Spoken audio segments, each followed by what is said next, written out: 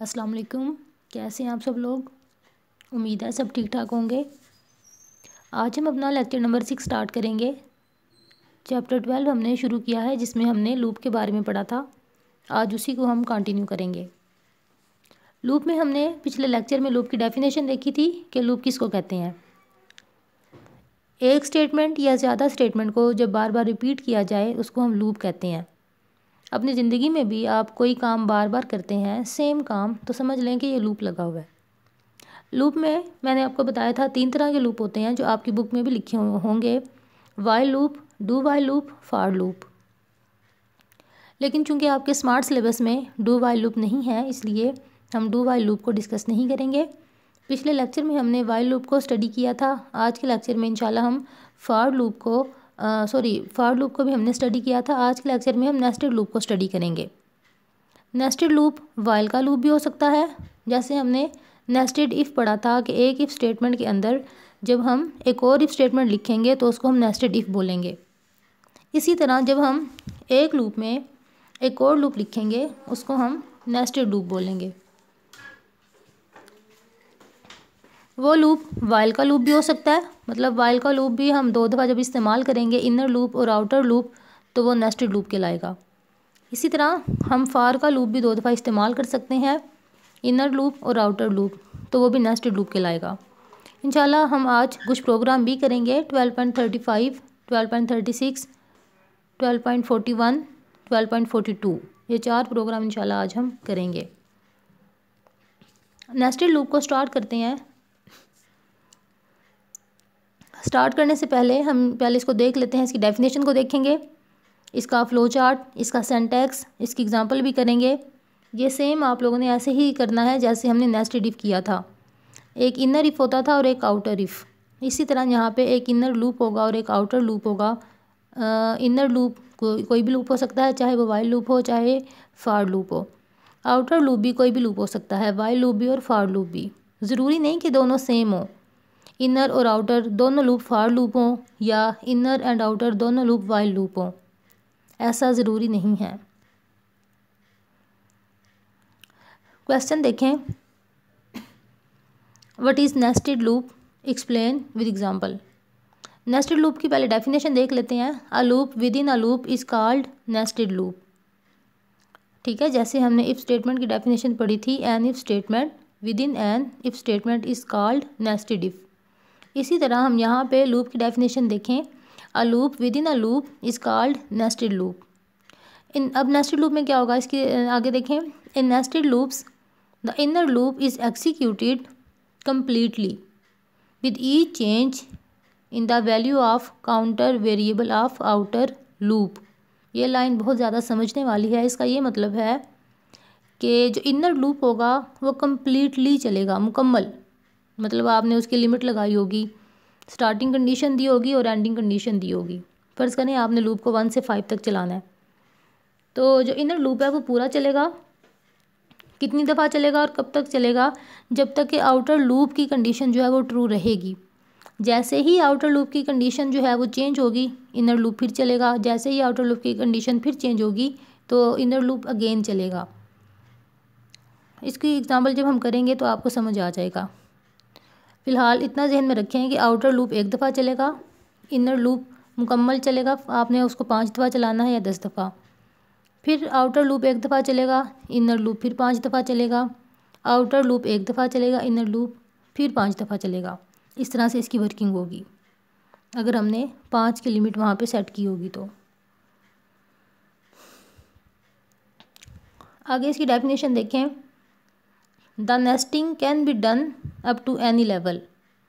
मतलब हम नेस्टिंग को किसी भी लेवल तक लेके जा सकते हैं। ज़रूरी नहीं कि एक लूप के अंदर एक ही लूप हो, मज़ीद लूप भी हो सकते हैं। मतलब वाइल लूप लगा लें, उसके अंदर फॉर लूप लगा लें, फिर उसके अंदर फॉर लूप लगा लें, फिर उसके अंदर वाइल लूप लगा लें, ये आप पे डिपेंड करता है। The increase in level of nesting increase the complexity of nested loop.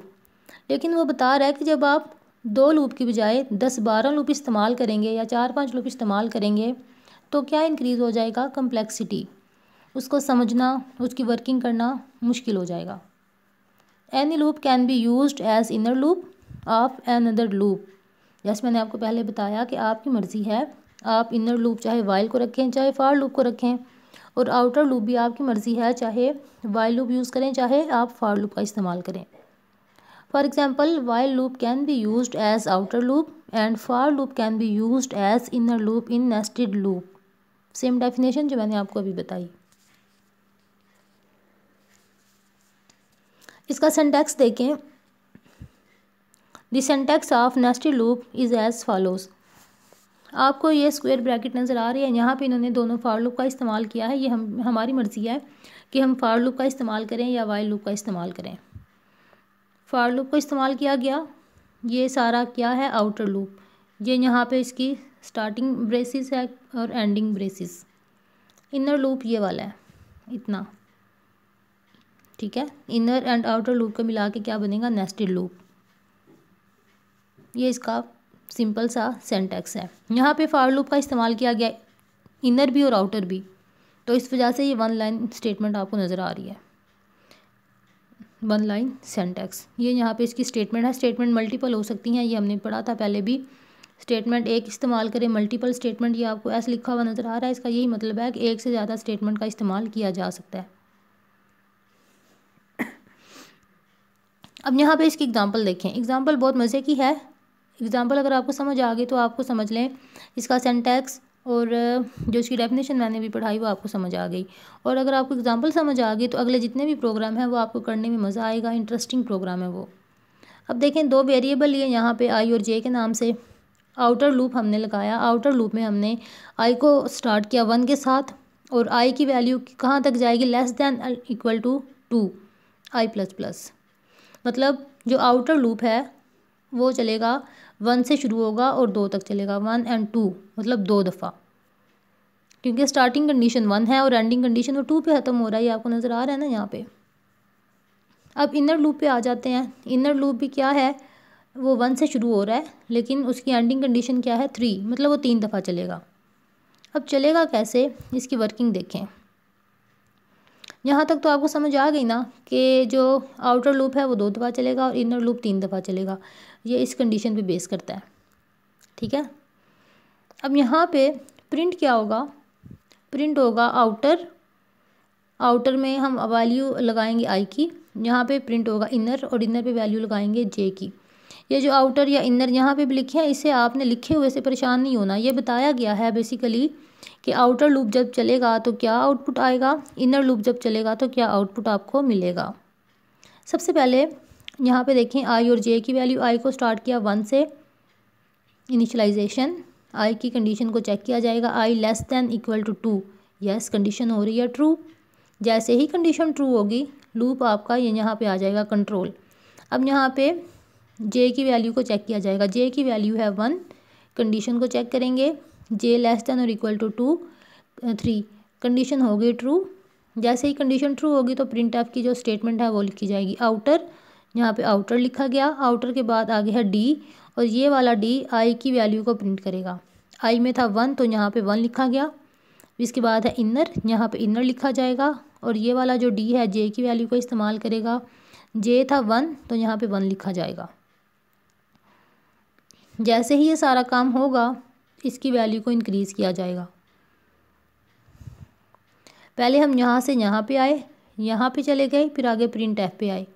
अब प्रिंट हो गया, ये प्रिंट होने के बाद इसी तरतीब से ऊपर जाएंगे, पहले इधर जाएंगे। अब यहाँ पे क्या होगा, जे की वैल्यू का इंक्रीमेंट हो जाएगा। जे की वैल्यू 1 थी, जे प्लस प्लस की वजह से जे की वैल्यू हो जाएगी 2, और हमने पढ़ा था जैसे ही वैल्यू इंक्रीज़ होगी साथ ही कंडीशन को अगेन चेक किया जाएगा। लूप में ऐसे ही होता है कि वैल्यू इंक्रीज़ हुई, कंडीशन चेक, स्टेटमेंट चलेंगी, फिर वैल्यू इंक्रीज़ हुई, फिर कंडीशन चेक करेंगे, ट्रू है तो स्टेटमेंट चलेंगी। तो यहाँ पे अब जे की वैल्यू हो गई 2, जब कंडीशन को चेक किया 2 लेस दैन और इक्वल टू 3, कंडीशन ट्रू हो रही है। जैसे ही कंडीशन ट्रू होगी तो प्रिंट किया जाएगा आउटर। आउटर में वही आई की वैल्यू, आई तो अभी 1 ही है हमारे पास, लेकिन इनर जे की वैल्यू 2 हो गई थी यहाँ पे। इसी तरह ये प्रिंट होने के बाद जे की वैल्यू में इंक्रीमेंट किया जाएगा, जे की वैल्यू हो जाएगी 3। जैसे ही जे की वैल्यू 3 होगी कंडीशन को चेक किया जाएगा। कंडीशन क्या है, जे लेस दैन और इक्वल टू 3। जे में इस वक्त 3 है तो 3 लेस दैन और इक्वल टू 3, हाँ जी 3 के इक्वल है, कंडीशन ट्रू। जैसे ही कंडीशन ट्रू होगी तो प्रिंट किया जाएगा। आउटर की वैल्यू वही 1 और इनर जो है जे की वैल्यू का इस्तेमाल करेगा वो हो जाएगी 3। अब इसके बाद जे में फिर इंक्रीमेंट किया जाएगा, जे की वैल्यू हो जाएगी 4, लेकिन जैसे ही हम कंडीशन चेक करेंगे 4 लेस दैन और इक्वल टू 3, कंडीशन फॉल्स। जैसे ही कंडीशन फॉल्स होगी तो यहाँ से आ जाएंगे हम आउटर लूप की तरफ। अब यहाँ पे हमने देखा था आई की वैल्यू थी 1, लेकिन अब यहाँ पे जब वो वापस आएगा तो आई की वैल्यू को इंक्रीज़ करेगा। आई की वैल्यू हो जाएगी आई प्लस प्लस की वजह से 2। जैसे ही इंक्रीमेंट होगा कंडीशन को चेक किया जाएगा। कंडीशन क्या है, 2 लेस दैन और इक्वल टू 2, कंडीशन ट्रू हो रही है। जैसे ही कंडीशन ट्रू होगी तो क्या होगा, वो अगेन इनर इफ़ की तरफ चला जाएगा यहाँ पे, ठीक है।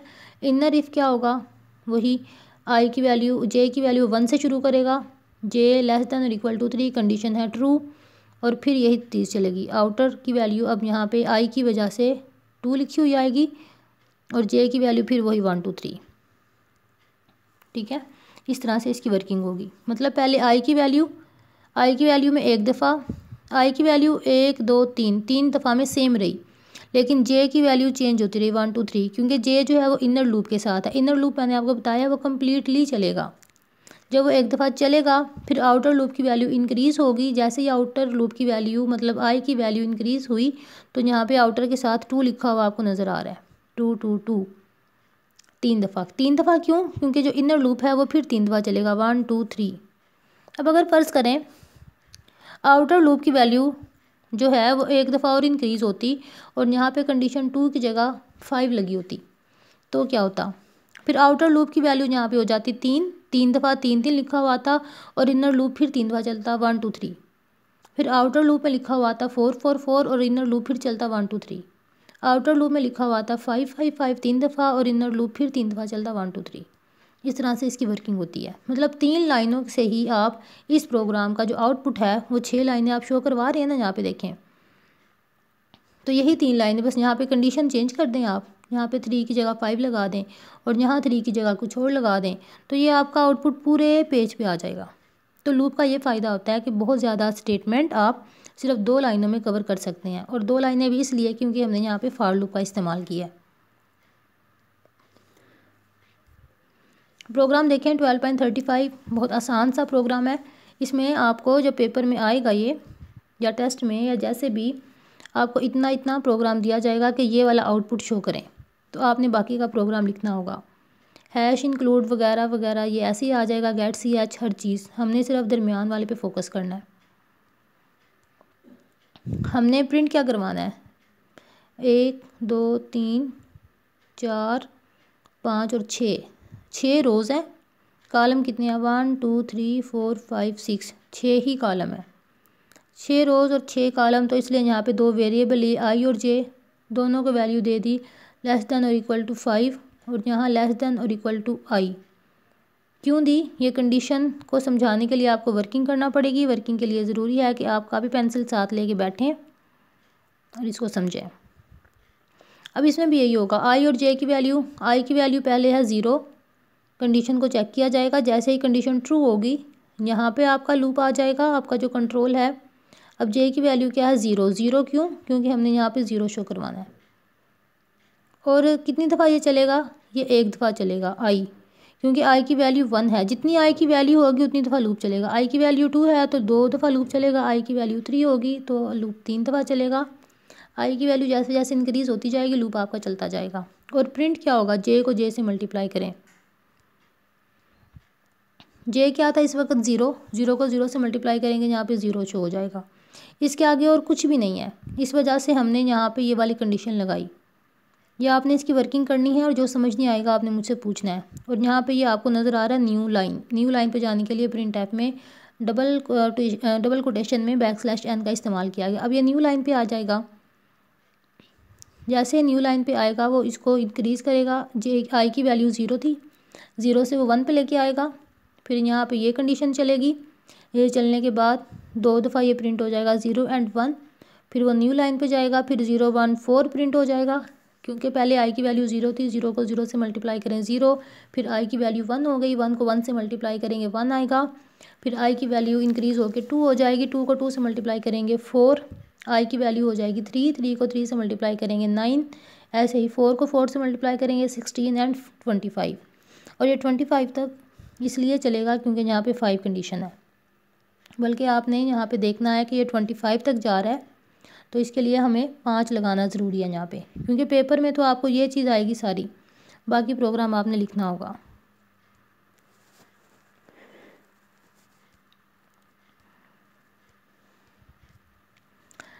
अगला प्रोग्राम देखें, ये उससे ज़्यादा आसान है। इसमें आपने क्या करना है, रोज़ एंड कॉलम को काउंट करें, 1 2 3 4 5, 5 रोज़, 1 2 3 4 5, 5 कॉलम।